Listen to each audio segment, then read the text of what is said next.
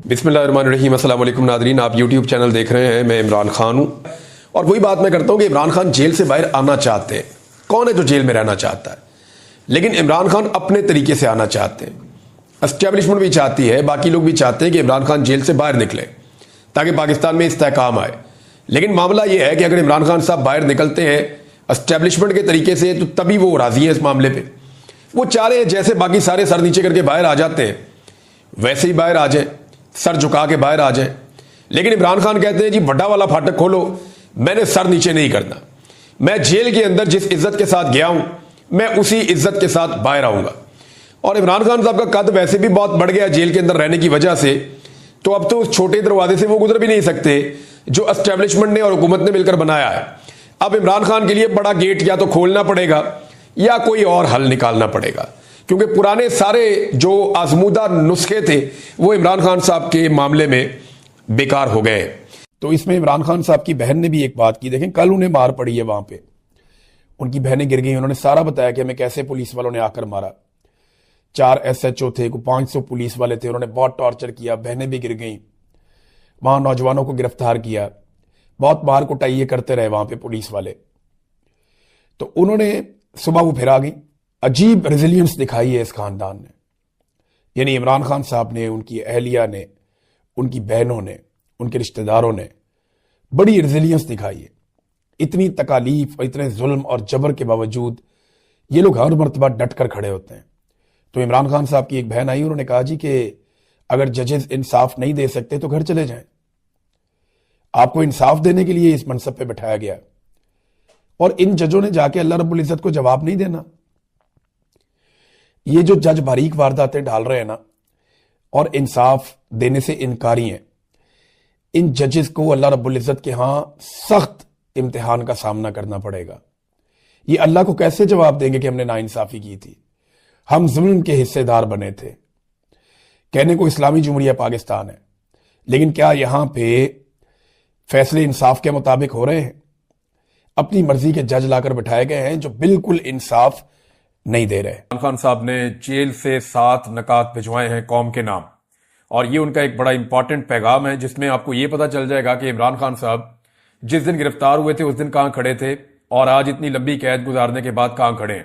मैंने आपको पिछले वीलॉग में भी बताया था कि जितने भी लीडर गिरफ्तार होते हैं, गिरफ्तार होने के बाद उनके मौकफ में लचक आती है। उनकी जो पार्टी है वो भी अपनी मौकफ के अंदर लचक लेकर आती है और वो कोशिश करते हैं पहले हमारा लीडर बाहर आ जाए, उसके बाद फिर बाकी चीजें हम देख लेंगे। पहली प्रायोरिटी होती है लीडर को बाहर लाना। लेकिन इमरान खान साहब की ये प्रायोरिटी है ही नहीं। वो अपनी पार्टी को भी कहते हैं कि अपने मौकफ के ऊपर डट जाओ, और खुद वो कहते हैं इससे फर्क नहीं पड़ता कि मैं जेल में हूं, चाहे मैं 500 दिन हूं, चाहे 500 साल हूं। अब यहां जब आप इमरान खान साहब का ये स्टेटमेंट सुनते हैं तो आपको आइडिया हो जाता है कि वो 7 चीजें इमरान खान साहब ने बयान की हैं जिनके ऊपर वो एक कदम भी पीछे हटने के लिए अभी तक तैयार नहीं हुए। जो उनका स्टेटमेंट है वो मैं आपको एज इट इज बताता हूं। इमरान खान साहब के ट्विटर से उसको शेयर भी किया गया है। साबिक वजीर आजम इमरान खान का अडियाला जेल से पाकिस्तानी कौम के नाम पैगाम। तहरीक इंसाफ ने हमेशा आईन और कानून के मुताबिक जिद्दोजहद की है, मगर मुल्क पर मुसल्लत माफिया हमेशा आईन और कानून की खिलाफ वर्जी करता है।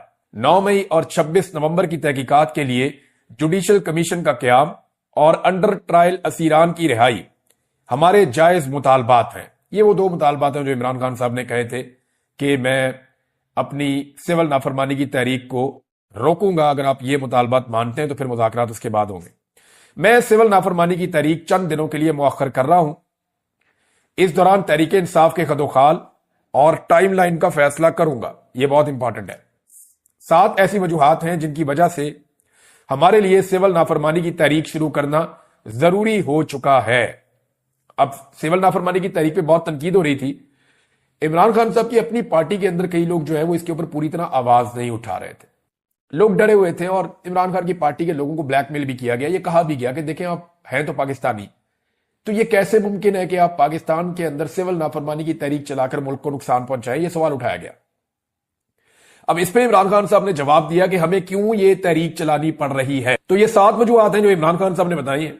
नंबर 1, 2023 में लंदन प्लान के तहत पंजाब और खैबर पख्तूनख्वा असेंबलियों के इलेक्शन आईन के बरखिलाफ 90 दिन के अंदर नहीं कराए गए, क्योंकि इलेक्शन से पहले तहरीक इंसाफ को खत्म करना मकसद था।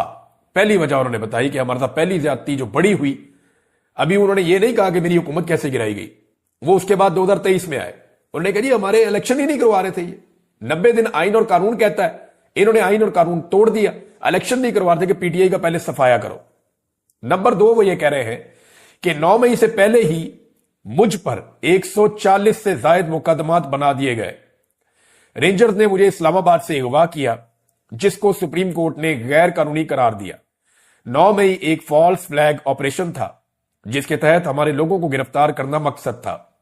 10,000 افراد کو گرفتار کر کے جھوٹے مقدمات میں جیلوں میں ڈال دیا گیا۔ ہمارے کارکنان اور پارٹی رہنماؤں پر تشدد کیا گیا، ان کے گھروں کو توڑا گیا، ان کے خاندانوں کو ہراساں کیا گیا، ان کو عدالتوں سے ضمانت ملتے ہی کسی نئے جھوٹے پرچے میں گرفتار کر لیا جاتا۔ میرے اغوا سے لے کر کارکنوں پر تشدد، گرفتاریاں، سب کچھ غیر قانونی اور غیر آئینی تھا۔ اس ظلم کے خلاف سپریم کورٹ میں پٹیشن دائر کی، لیکن سپریم کورٹ نے انسانی حقوق کی ان بدترین خلاف ورزیوں کا نوٹس تک نہ لیا۔ قاضی فائد عیسیٰ حکومت کے ساتھ ملا ہوا تھا۔ 1971 کے بعد کبھی کسی پارٹی پر اس طرح کا ریاستی جبر نہیں کیا گیا۔ نمبر 3 پہ عمران خان صاحب نے بتایا کہ تمام غیر قانونی اور غیر جمہوری حربوں کے بعد ان کو غلط فہمی تھی کہ 8 فروری کو تحریک انصاف الیکشن نہیں جیت سکتی۔ سکندر سلطان راجہ اور قاضی فائد عیسیٰ نے مل کر پارٹی نشان چھینا، جو پارٹی کو بین کرنے کے مترادف تھا۔ ہمارے امیدواروں کو نشانہ بنایا گیا، 3 امیدواروں کو زبردستی الیکشن سے دستبردار کروایا گیا، چوتھی آپشن کا بندہ کھڑا ہوا، آپ اندازہ کر لیں۔ پھر چوتھی چیز عمران خان صاحب بتا رہے ہیں کہ ان کو انجینئرنگ کے ذریعے الیکشن جیتنے کا اس قدر یقین تھا کہ نواز شریف اپنی وکٹری سپیچ بھی تیار کر چکا تھا، لیکن تقریر سے پہلے ان کو پتا چل گیا کہ پاکستان تحریک انصاف الیکشن جیت گئی ہے۔ پھر انہوں نے فارم 47 کے ذریعے الیکشن فراڈ کیا۔ کمشنر راولپنڈی نے اس فراڈ کو کنفرم کیا اور گواہی دی، لیکن اس پر بھی نظام انصاف خاموش رہا اور کوئی نوٹس نہ لیا۔ نمبر 5، اس رجیم چینج کے بعد کے 2.5 سالوں میں یوں تو انصاف کے نظام پر قبضے کے لیے ہر جابرانہ اور غیر اخلاقی حربہ استعمال کیا گیا، لیکن 26ویں آئینی ترمیم کے ذریعے عدالتوں کی آزادی کے تابوت میں آخری کیل ٹھونک دیا گیا۔ اپنی مرضی کے جج لگانے کے لیے آئین کے ساتھ کھلواڑ کیا گیا۔ اس ترمیم کی منظوری کے لیے جو حربے استعمال کیے گئے وہ بھی ایک مذائقہ خیز داستان ہے، لیکن اس سارے معاملے پر بھی نہ عدلیہ نے کوئی نوٹس لیا، نہ ریاست کا چوتھا ستون سمجھے جانے والا میڈیا اس کے خلاف آواز بلند کرنے کی اخلاقی جرات کر سکا۔ نمبر 6، سپریم کورٹ کے فل کورٹ کے فیصلے کے باوجود تحریک انصاف کو آج تک مخصوص نشستیں نہیں دی گئی۔ یہ نہ صرف توہین عدالت ہے بلکہ عوامی فیصلے کی توہین اور جمہوریت پر شب خون بھی ہے۔